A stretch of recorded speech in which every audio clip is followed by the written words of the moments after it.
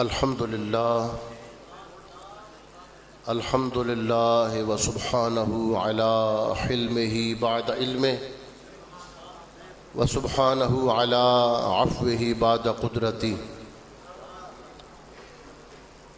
اشہد ان لا الہ الا اللہ وحدہ لا شریک لہ واشہد ان سیدنا محمدا عبدہ ورسولہ اما بعد فاعوذ باللہ من الشیطان الرجیم بسم اللہ الرحمن الرحیم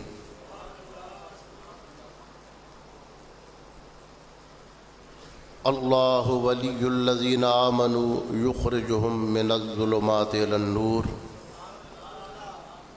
والذین کفروا اولیاءہم الطاغوت یخرجونہم من النور الی الظلمات صدق اللہ مولانا العظیم وبلغنا رسولہ النبی الکریم ان اللہ وملائکتہ یصلون علی النبی یا ایہا الذین آمنوا صلوا علیہ وسلموا تسلیما اللہم صلی علی سیدنا محمد وعلی آل سیدنا محمد وبارک وسلم وصلی علیہ ہر ایسا اشک جو شبیر کے لیے نہ گرے، ہر ایسا اشک جو شبیر کے لیے نہ گرے، میرے لیے تو برابر ہے وہ گرے نہ گرے۔ گرے تھے سامنے آنکھوں کے اصغر و اکبر، گرے تھے سامنے آنکھوں کے اصغر و اکبر، حسین ہاشمی معیار ضبط سے نہ گرے، اور یہ حرف علت اگر ہے تو ان کے نام میں ہے، یہ حرف علت اگر ہے تو ان کے نام میں ہے، سو جب بھی شعر میں باندھو علی کی یہ نہ گرے۔ بعد از حمد و صلات انتہائی محترم اور محتشم جمیع مشائخ اعظام، سادات کرام، علماء ذی احتشام، جن کے اسماء گرامی لیے گئے جو سٹیج پر تشریف فرما ہیں، جتنے احباب بھی آج اس محفل میں حاضر ہیں، بڑے خوش نصیب ہیں۔ یہ محفلیں، یہ ہماری گفتگو، ہمارے الفاظ، ان سب کی حاضری لگ رہی ہے۔ یہ معمولی بات نہیں ہے۔ ہم جو الفاظ بولتے ہیں، جو جملے منہ سے نکالتے ہیں، یہ سب بارگاہ رسالت مآب میں پیش ہوتے ہیں۔ اس لیے صوفیاء کرام اہل دل گفتگو میں بہت احتیاط اختیار کرتے ہیں۔ امام فقی علی البلخی ایک بہت بڑے فقی گزرے ہیں، فرماتے تھے کہ ایک مرتبہ میری بیٹی نے مجھ سے مسئلہ پوچھا کہ ابا جی مجھے الٹی ہو گئی ہے، کیا ہو گئی ہے، تو اب کیا مسئلہ ہے؟ تو کہنے لگے کہ وضو ٹوٹ گیا ہے، دوبارہ وضو کر لو۔ یہ مسئلہ بیان کر کے ان کی آنکھ لگی تو خواب میں حضور علیہ الصلوۃ والسلام کی زیارت ہوئی۔ تو آپ نے فرمایا فقی علی آپ نے جلدی کی ہے مسئلہ بتانے میں، اس طرح وضو نہیں ٹوٹتا جب تک منہ بھر کر کہہ نہ ہو، تھوڑی کیا ہونے سے وضو نہیں ٹوٹتا۔ مسئلہ تو اتنا تھا، تو علی البلخی کہتے تھے لما علمت ان الفتوى تورد علی رسول اللہ علیت علی نفسی اللہ افتی ابدا، جب مجھے یہ پتہ چل گیا کہ ہمارے بتائے ہوئے مسئلے، ہمارے فتوے رسول اللہ صلی اللہ علیہ وسلم کے سامنے پیش کیے جاتے ہیں، تو اس قدر خوف طاری ہوا کہ قسم کھا لی کہ آئندہ زندگی میں فتویٰ نہیں دوں گا۔ یعنی ہمارے جو الفاظ ہیں یہ سب ریکارڈ ہوتے ہیں۔ وما یلفظ من قول الا لدیہ رقیب عتید، اور یہ جو بارگاہیں ہیں جن کا ذکر ہو رہا ہے کہ بہت اونچی بارگاہ ہے، یہ کوئی چھوٹی سی بات نہیں ہے۔ یہاں اس قدر احتیاط کا دامن اپنے ہاتھوں میں پکڑنا پڑتا ہے کہ چھوٹی سی بات پہ اونچی آواز ہوئی عمر کا سرمایہ گیا۔ ہمارے حضرت فرماتے تھے کہ ہمارے دادا مرشد حضرت بابا جی خواجہ محمد قاسم مولوی رحمۃ اللہ علیہ کے سامنے کسی نے جوش میں بار بار کہا کہ موسیٰ علیہ السلام بے ہوش ہوئے۔ اب ہے وہ آیات کا ایک ترجمہ جو بنتا ہے، تو بابا جی نے فرمایا کہ مولوی صاحب اس طرح نہیں، موسیٰ علیہ السلام اللہ نے جلوے چ مست ہوئے، یعنی آپ ایک عام بندے کا بے ہوش ہونا اور ایک پیغمبر کی کیفیت کو برابر نہ رکھیں۔ صوفیاء نے اس قدر احتیاط کی ہے۔ ایک بزرگ تھے، ہم ان کے پاس زیارت ہوتے تھے، وہ کہتے تھے یہ اللہ اکبر کا ترجمہ کرتے ہیں کہ اللہ سب سے بڑا ہے، یہ ٹھیک نہیں ہے۔ تو میں نے کہا حضرت ناوی طور پر تو ٹھیک ہے، اللہ سب سے بڑا ہے۔ فرمایا جب یہ ترجمہ کرو اللہ سب سے بڑا ہے، اس کا مطلب ہے اور بھی کچھ بڑے آپ نے مان لیے ہیں جن میں اللہ کو سب سے بڑا مان رہے ہیں۔ اور بندہ مومن کے دل میں یہ ہونا چاہیے کہ بڑی ذات صرف اللہ کی۔ جب آپ یہ کہیں نا سب سے بڑا ہے تو اس کا مطلب یہ ہے کہ اور بڑے ہیں، ان بڑوں میں وہ بڑا ہے۔ یہ وہ احتیاط ہے، ان بارگاہوں میں اتنا ادب ہے۔ حضرت سیدنا ابو الوفا شاذلی رحمۃ اللہ علیہ نبی پاک علیہ الصلوۃ والسلام کے حلیے مبارک کا ذکر کرتے تھے۔ اب سرکار کے سر اقدس سے لے کر پاؤں مبارک کے ناخن تک سراپا وجود مبارک معجز ہے۔ تو جب اس کا ذکر کیا جاتا ہے، آپ کے سر مبارک، آپ کے چشمان مبارک، ناک مبارک، ہاتھ مبارک، تو ہر بندے کے دو ہاتھ ہوتے ہیں۔ تو جب ہاتھ کی باری آئی، اب دایاں ہاتھ یہ عزت کے کاموں میں استعمال ہوتا ہے جن میں اکرام ہے، جن میں عزت ہے، بایاں ان کاموں میں استعمال ہوتا ہے جن میں عزت نہیں ہے۔ اور قیامت کو بھی یہی معاملہ ہوگا کہ نامہ اعمال اہل ایمان کو دائیں ہاتھ میں اور دوزخیوں کو بائیں ہاتھ میں دیا جائے گا۔ اب حضور پاک کے جسم مبارک کا ذکر کرتے ہوئے ہاتھ مبارک تو دو ہیں۔ حضرت ابو الوفا شاذلی فرماتے تھے حضور کا پہلا دایاں ہاتھ اور سرکار کا دوسرا دایاں ہاتھ۔ بائیں کا لفظ نبی پاک علیہ الصلوۃ والسلام کے دست مبارک کے لیے استعمال نہیں کرتے تھے۔ جن لوگوں نے اتنا ادب کیا، امام مالک فرماتے ہیں کہ ادب کا نتیجہ یہ ملا کہ ما بت لیلۃ الا ورأیت رسول اللہ، میری زندگی میں ایک رات بھی ایسی نہیں گزری کہ میں نے حضور انور کی زیارت نہ کی ہو، ایک رات بھی۔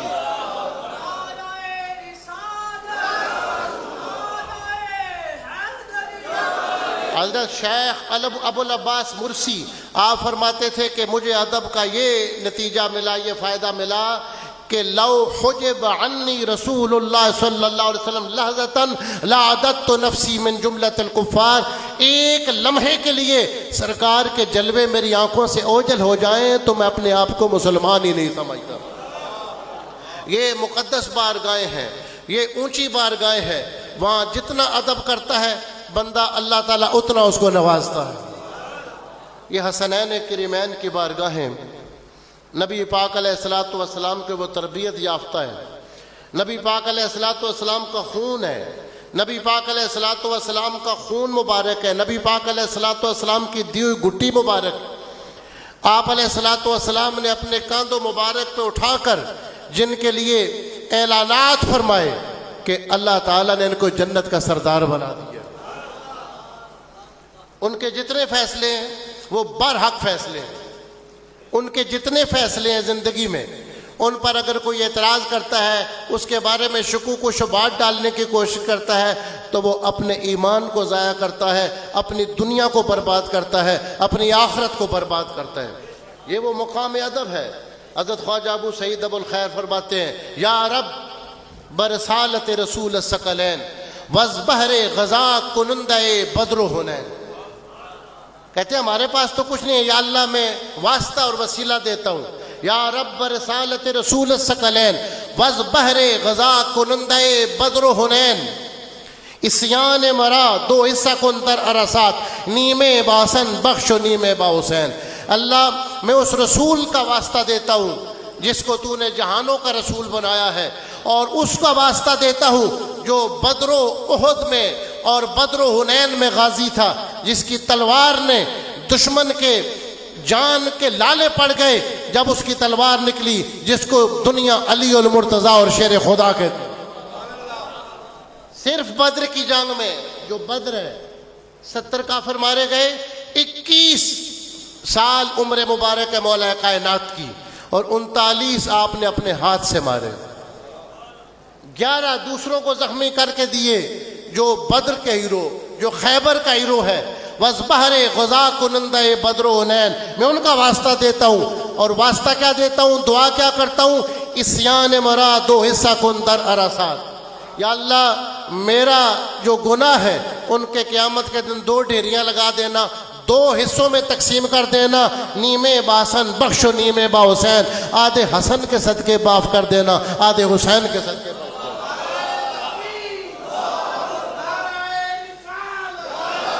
یہ وہ اونچی بارگاہ ہے، یہ وہ اونچے،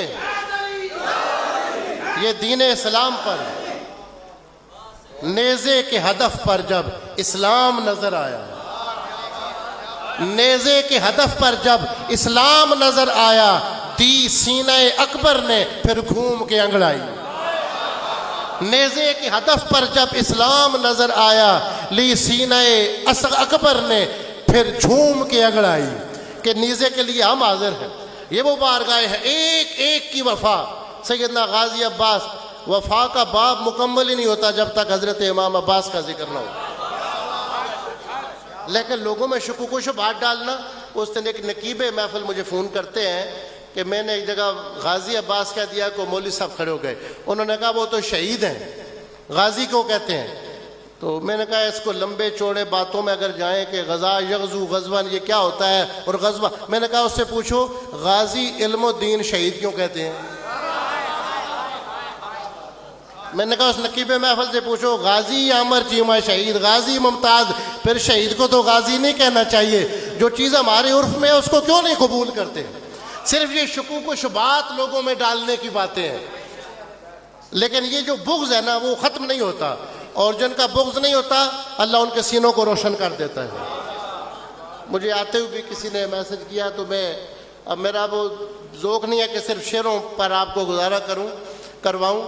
تو ایک شاعر ہوئے ہیں، یہ سدن قبیلے کے تھے، کشمیر کے، کوٹے میں آ کر یہ رہتے تھے، صرف غالباً میٹرک پاس بھی نہیں تھے، لیکن انہوں نے جو اہل بیت اطہار کی جرت، ان کی عظمت، ان کی شجاعت کا بیان کیا۔ ویخ کربل وچ پیاسے معصوم بچے، ٹریا مشک نو ابن قرار چاہ کے۔ اب دیکھیں اس جرت کا بیان کیسے کرتے ہیں۔ ویخ کربل وچ پیاسے معصوم بچے، ٹریا مشک نو ابن قرار چاہ کے، چلیا شاہدہ مشکی لین پانی، مونڈے مشک تے ہاتھ تلوار چاہ کے، بازو کٹ گئے نہر فرات تے، ٹر پہ دنداں نال مشک سرکار چاہ کے، چایا منہ وچ مشکیزہ عباس دکھیا، جویں شیر ٹر پیندا شکار جا کے۔ اللہ جب کرم کرتا ہے، چایا منہ وچ مشکیزہ عباس دکھیا، جویں شیر ٹر پیندا شکار چاہ کے۔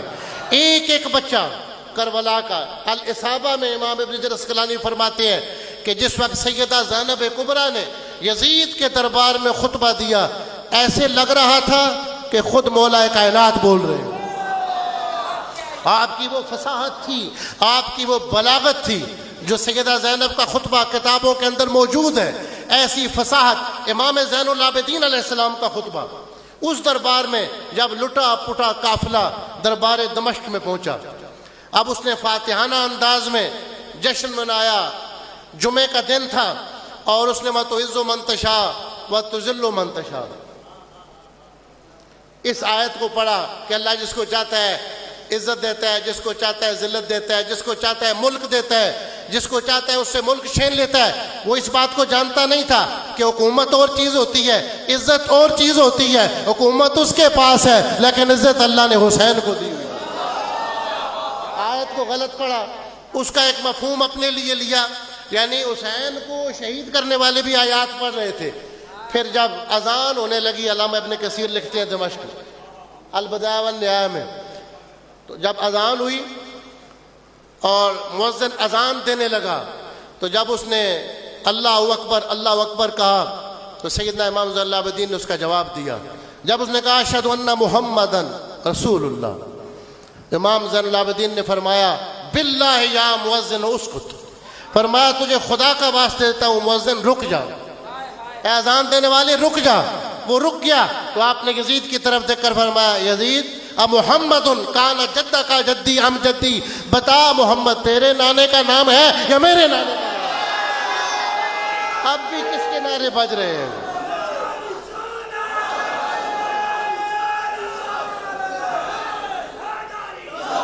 اقبال جیسا دانا بندہ، اقبال جیسا دانا بندہ اس مقام پر کہتا ہے حدیث عشق دو باب است کربلا و دمشق، کہ عشق کی جو کتاب ہے اس کے دو ہی باب ہیں، ایک کا نام کربلا ہے اور دوسرے کا نام دمشق ہے، یک حسین رقم کر دو دیگر زینب۔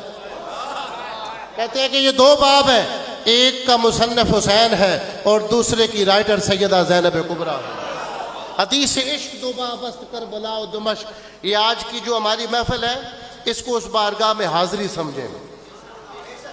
حضرت سیدنا شاہ توکل امبالوی رحمۃ اللہ ایک بزرگ گزرے ہیں، آپ نے ایک واقعہ ذکر کیا، فرماتے ہیں کہ یہاں بمبئی میں ایک بندہ تھا، یعنی ان محفلوں کا فائدہ کیا ہے؟ کہتے ہیں کہ وہ بندہ ہر سال 10 محرم کو امام پاک کے نام کا لنگر جاری کرتا تھا، امام پاک کا لنگر جاری کرتا تھا۔ ایک بار کسی صحرا میں ویرانے میں راستہ بھول گیا، اب جانوروں کا خطرہ، دشمنوں کا خطرہ، جب اس نے دیکھا کہ کوئی بچنے کی صورت نہیں ہے، اس خوف کے عالم میں سامنے سے ایک قافلہ مبارک آتا دکھائی دیا، ایک چھوٹا سا قافلہ ہے، اس میں سے ہستی سامنے آتی ہے اور کہتی ہے کہ یہ تیرا راستہ ہے، محفوظ راستہ ہے، یہاں سے گزر جا۔ اس نے کہا کہ مہربانی کر کے مجھے بتا تو دے آپ کون ہیں جو اس مشکل میں میری مدد کے لیے آئے ہیں؟ فرمایا کہ تو نہیں پہچانتا، ہم اپنے یاد رکھنے والوں کو نہیں بھولتے، تو ہر سال 10 محرم کو ہمارے لیے سبیل اور لنگر جاری کرتا ہے، میرا نام حسین ہے اور میرے ساتھ کربلا کے ساتھی ہیں، آج تو مشکل میں تھا، ہم تیری مدد کے لیے آ گئے۔ جو اس دنیا کی مشکل میں اپنے یاد رکھنے والوں کو نہیں بھولتے، وہ پل صراط میں بھی اپنے یاد رکھنے والوں کو یاد رکھیں گے۔ اللہ تعالیٰ ہماری حاضری کو قبول فرمائے۔ میں نے جو آیت پڑھی تھی اس کی تفسیر کا وقت نہیں ہے، یاد رکھیں یہ بات پکی بات ہے، میں اس یقین کے ساتھ یہ باتیں کر رہا ہوں کہ ہماری باتیں اللہ کی بارگاہ میں ریکارڈ ہو رہی ہیں۔ 2 قسم کے گروہ ہیں، ایک شیطان کے ساتھی ہیں، ایک رحمان کے ساتھی ہیں۔ یاد رکھیں رحمان کے ساتھی وہ ہوتے ہیں جن کو کربلا کی معرفت نصیب ہو جاتی ہے، لیکن معرفت درجہ بدرجہ ہوتی ہے، ہر بندے کو اس کا احساس نہیں ہو سکتا، بس اللہ تعالی ہمیں ماننے والوں میں شامل فرما دے۔ اور کوئی دوسری بات، اب یہ سوشل میڈیا کا دور ہے، طرح طرح کے فتنے آتے ہیں، بس آپ اپنے ذہن میں یہ رکھیں کہ ہم ان کے ساتھ ہیں رسول اللہ نے جن کو جنت کے جوانوں کا سردار فرمایا۔ اللہ تعالی ہماری حاضری کو قبول فرمائے۔ وما علیہ الا البلاغ۔